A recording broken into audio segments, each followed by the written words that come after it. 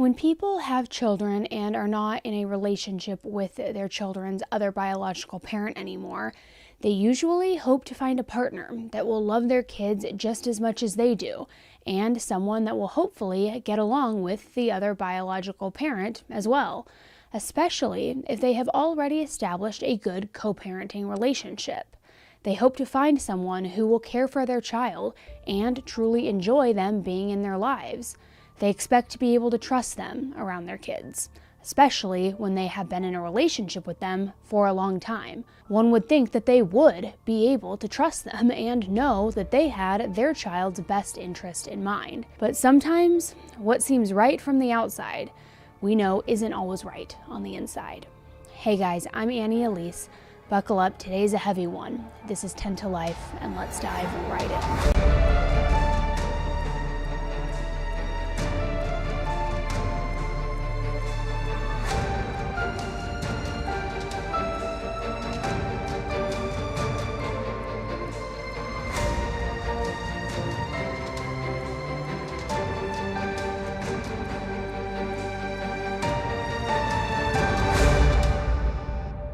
After bringing two beautiful little girls, Aria and Bella, into the world, Michael Fontenelle and Jennifer Zeladon filed for divorce. From the outside, the divorce seemed to be pretty difficult, but the two of them shared joint custody and lived just about 2 blocks from each other, which I would imagine was great for both of the girls. Both girls attended a local Catholic school as well.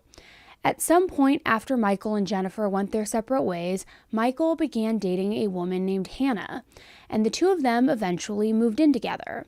I should note that Hannah's legal name is Bunnock Landon, but she goes by Hannah Landon, or Bunnock Lim, instead. Now, given that Michael and Jennifer shared joint custody, Bella and Aria spent a lot of time with Michael and Hannah. Things were rocky between Hannah and Jennifer and her family. On June 8th of 2021, there was a dispute at a swim meet at Riverside Country Club, and this dispute ended up having the police being called because it got so heated. Both girls had a swim meet, and Jennifer and her sister Evelyn went. According to the police report that was filed, Evelyn stated that at the conclusion of one of the girls' swimming times, Jennifer went up to hug her and tell her good job, a very normal interaction. However, Hannah, the new girlfriend, grabbed her and made a big fuss about it being Michael's custody day. Evelyn told Michael what was going on, which I personally would do too, because nobody would ever tell me that I can or cannot hug my own children if I saw them in public, like not by a mile. So Michael then said Jennifer could, of course, hug her. Hannah clearly couldn't handle the fact that this mother wanted to have a moment with her daughter, congratulating her on a job well done. So she took it upon herself to take out her phone and begin recording. Obviously, this was uncalled for and annoying, at the very least, but it also just created a very toxic environment for both of these girls to see this seething jealousy and competitiveness between the new girlfriend and the mother, not a healthy dynamic. Evelyn put up her hand and told Hannah to stop recording immediately. Hannah then lost her cool and smacked Evelyn's hand. When Evelyn told her to never do that again, things only got worse. Hannah grabbed Evelyn by the hair at that point. Evelyn then grabbed Hannah's hair and told her to let go. It didn't stop until a stranger got involved. When the police arrived, they saw that Evelyn had scratches under her left eye and on her left hand. She also had some swelling and was bleeding a little bit. When officers tried to get Hannah's story, she was extremely uncooperative. At first, she wouldn't even give them any personal information until they essentially threatened her with arrest. Once they threatened that, she finally began complying, but complying only on her terms, if that makes sense. Hannah told officers that she went to get one of the girls out of the pool because she was cold. She claimed that's when Evelyn came up to her, unprovoked, spun her around, and began attacking her. Hannah told the police that she pulled her phone out to take a video of this alleged attack. But when officers asked for her phone number, she told them that she didn't have a cell phone, and that Michael didn't have one either. She told them that people get in contact with her via email. However, when they talked to Michael, he told them that he did have a phone, and he willingly gave them his phone number. So that whole thing was just very, very sketchy and weird. Grown adults fighting at a children's swim meet is petty at best. But not letting a mother hug her own child when she has done nothing wrong is absolutely disgusting. Hannah should have taken a step back in that moment. She's not the mom, and she didn't need to be a mom considering that Jennifer was very clearly a very involved mother. What she should have done in that moment as Michael's girlfriend is stay out of any issues with Jennifer. Let Michael handle it. Anyways, back to the police report. Once the police told Hannah that Evelyn wanted to press charges, Hannah then said that she wanted to press charges as well. However, she refused to fill out a written statement without an attorney present, which is necessary to even press charges. They asked her if she had someone that corroborated her version of the story of what happened, but she obviously didn't. Her story was clearly bogus, and I'm sure she lost all credibility once she lied about something as simple and stupid as having a cell phone. Hannah also complained of back pain, but refused to go to the bathroom and look to see if there were any injuries or any marks on her. So in my opinion, it was clear that she was just making all of this up and just kind of going with it as it flowed. If someone really were injured and really wants to press charges, they are usually working hard to gather all of the evidence that they can. Both Jennifer and Evelyn had corroborating stories, so there was no question that they were the ones believed over Hannah in this incident. Officers made note in the police report that during all of this madness, some unknown woman showed up, claiming to be Hannah's attorney, and this person told the police that if Hannah decided to cooperate, she would email the officer with any photos of injuries and a statement. After that incident, officers decided to go ahead and charge Hannah with simple battery and gave her a summons to appear. Over a month had passed after the swim meet incident before Hannah decided that she needed to file for a restraining order against Jennifer and Evelyn. In her request for the restraining order, Hannah claimed that there had been another altercation between she and Jennifer on March 17th of 2021. She said that during a soccer game for one of the girls, Jennifer grabbed her wrist, pulled her close, and said, "I will hurt you." According to Hannah, Jennifer also came up from behind her that same day and grabbed her. Her story about the swim meet altercation was also very different in her restraining order request than it was originally when she first told the police her version of events from that day. In her filing, she said that Jennifer, again, came up behind her and aggressively pulled and shoved her until Michael came and got in between them. She also said that Evelyn charged, shoved, kicked, clawed, and pulled at her body and pulled her hair during this event. There was a court date in August 2021 for a permanent restraining order, and it was denied. I can't help but think that a couple things played into the judge's decision for denial. Number one, if she really was assaulted in March and June, why didn't she do anything until mid-July after she had been the one charged with battery? Number two, why did the police report and restraining order request document two completely different stories? If you really want a judge to do as you wish, it's probably wise to keep all of the stories straight. So while things seemed to be tense after the denial of the restraining order, there weren't any other issues that law enforcement became involved in for this family. However, on Tuesday, April 25th, 2023, just about a week ago, Michael Fontenelle woke up and Bella, now 6 years old and in kindergarten, and his girlfriend Hannah were nowhere to be found. At 7:30 a.m., he walked into the Harahan police station to report them both as missing. Aria, who is 7 years old, was at the house, so he was definitely freaking out and confused on just why one child was missing and where his girlfriend was as well. Harahan is known as an extremely safe community with a population of under 9,000, so it really does have this small town vibes and people really do get to know each other quite well.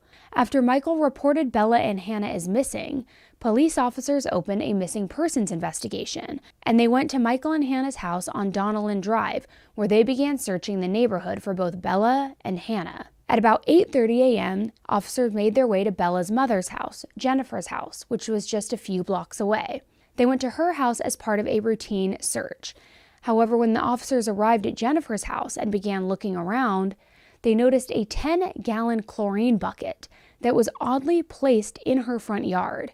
Officers could have never prepared for what they were about to discover. Stuffed inside of this 10-gallon chlorine bucket in the mother's front yard was the body of the beautiful 6-year-old Bella Fontenelle. With the discovery of such a horrific thing, a full-scale homicide investigation was immediately launched. But at this point, Hannah was still missing. So not only were they investing a homicide, but they weren't exactly sure where Hannah was or if anything had happened to her. Was she the next target on this madman's hit list? As officers were conducting their investigation into Bella's death and also into Hannah's whereabouts, they gathered several surveillance videos from the neighbors and from the area to see if they could find any information and figure out how that 10-gallon bucket ended up in this mother's yard with her daughter's body inside of it. Multiple neighbors along the mother's street gave investigators access to their security cameras. There was one specific neighbor who had some chilling camera footage. In the security camera, you can see a woman pulling a wagon behind her with that same 10-gallon bucket that Bella was found inside of, and that bucket was being carried by this wagon.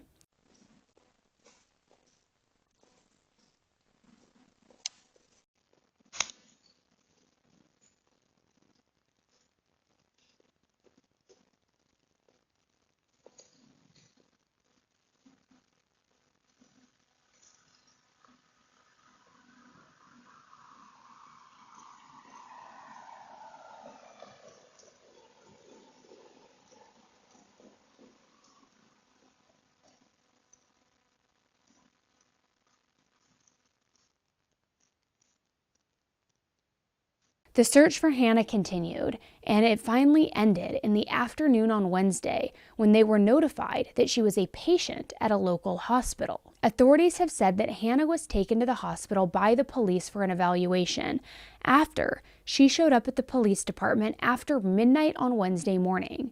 She was asking for a transport and seemed quite out of it. However, authorities have not said exactly what prompted them to seek an evaluation for Hannah, other than she was saying that she was a little bit out of it and requesting transport. They have also not shared about why at first it was not connected that she was the missing person that they were searching for until 2 p.m. that afternoon. I'm thinking maybe it's because of the different names that she goes by, and these specific officers maybe just didn't make that connection. Once they found her, she was taken into police custody, and this was upon her hospital release after they determined that she had been the one, in fact, wheeling that bucket down the street to Jennifer's house. Hannah was charged with 1 count of first-degree murder and 1 count of obstruction of justice. She's currently being held without bond at the Jefferson Parish Correctional Center. Hannah was scheduled to appear in court on Thursday last week, but was unable to because she is apparently on careful watch for taking her own life at this correctional facility. The community is still reeling, and the cause of death being released has only made people feel more angry and more heartbroken. The coroner stated that preliminary findings indicate that Bella died of manual strangulation and blunt force trauma to the head. The coroner made it clear that Bella's body was intact, and contrary to public belief, there was no signs of her being dismembered in any way. I'm sure that all of the speculation of the dismemberment is because she was found in a small bucket, and clearly Hannah must have worked to put this poor little girl's body in that bucket. It's just so awful to even think about the event that took place and how scared Bella must have been. The person who should have been a second mom figure to her, who should have loved her and walked alongside her as she grew, is responsible for her death and seems to have no remorse. The ring footage was from Tuesday evening around 9:35 p.m., so investigators believe that Bella was murdered at Michael's home and then transported over to her mom's in that wagon. Michael and Jennifer have both been cleared through the investigation, and we know that they had nothing to do with this. However, I kind of think it's odd that no one seems to have heard or saw anything while it was happening, given that this was not super late at night. Bella's school was supposed to be having field day on Thursday. However, school was canceled on both Thursday and Friday. Instead of children running carefree and playing games outside, parents were left grappling with how to explain such a horrific event to these children. Some of them her kindergarten classmates, who would for sure need to be told something, instead of being left wondering where Bella is. Instead of field day, the school, which is also a church, welcomed members of the community for Mass. Over 600 people showed up, mourning the loss of Bella, her sweet nature, and the impact that her senseless murder will have on this community. Both of Bella's parents, her sister, and many relatives sat in the front at Mass and spent some time saying hello to Bella's classmates after Mass.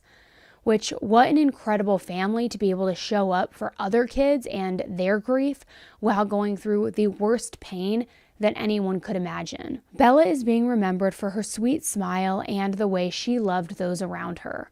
While she was shy, she was always one to say hello, to give a hug, and make those around her feel loved. Yeah, I had a neighborly relationship with her. She was a great person. Every time I talked with her, I would stop for a few minutes and just have a nice little sweet conversation, tease the little girls a little bit, just to welcome her in the neighborhood. She was a single mother. She was trying to raise those kids correctly, and hardworking mother. Her parents visited quite often. I would see that. I would see them quite often playing in the front yard, and it was just a sweet thing to see. Waking up to the unthinkable news. I'm amazed. I just found out. It was heart-wrenching to know that there was a possibility of a body being in there, which we found out later that it was. Neighbors say they could never be ready to hear that the suspect was someone so close to the family.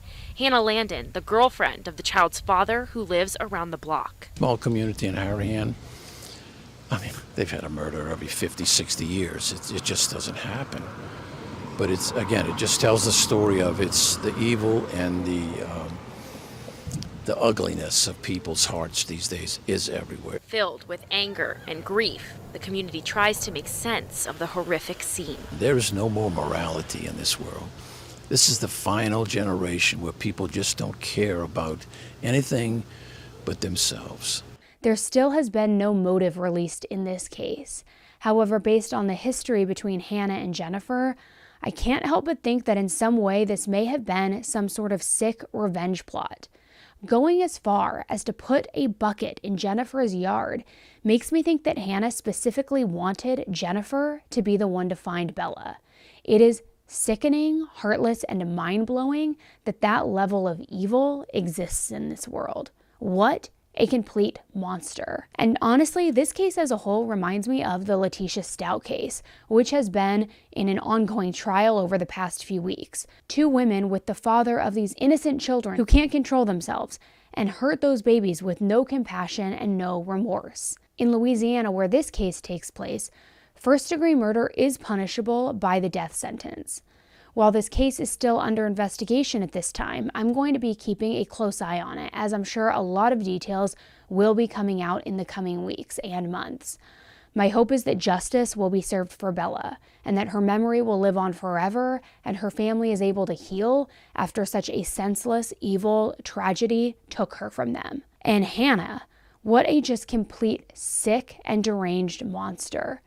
Who snuffs out the life of an innocent 6-year-old girl, and in such a personal way as far as manual strangulation, then shoves her little body in a bucket and delivers it to the front porch like a freaking Amazon delivery to her biological mother's house.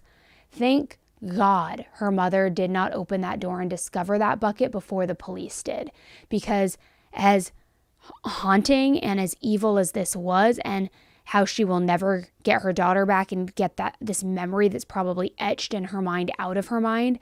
I can't even imagine, had she been the one to discover that and open that bucket, it just sends chills down my spine, and it's unbelievable. This woman is nothing short of a true monster walking among us. It is vile. So I want to know more details. What was the motive? What was going on here? Was this just to hurt Jennifer? It's unbelievable. And as I said, I think more details are going to be coming out in the coming weeks. So I'm sure we'll learn more. So check back here for updates, guys. I know this wasn't an easy one to listen to. I appreciate you sticking with it, and I will keep you updated. So if you're not subscribed to the channel, make sure you do so by hitting the subscribe button below. It is free, but that way you won't miss any updates on this case. All right, guys, thanks so much for tuning in with me. And until the next one, stay safe.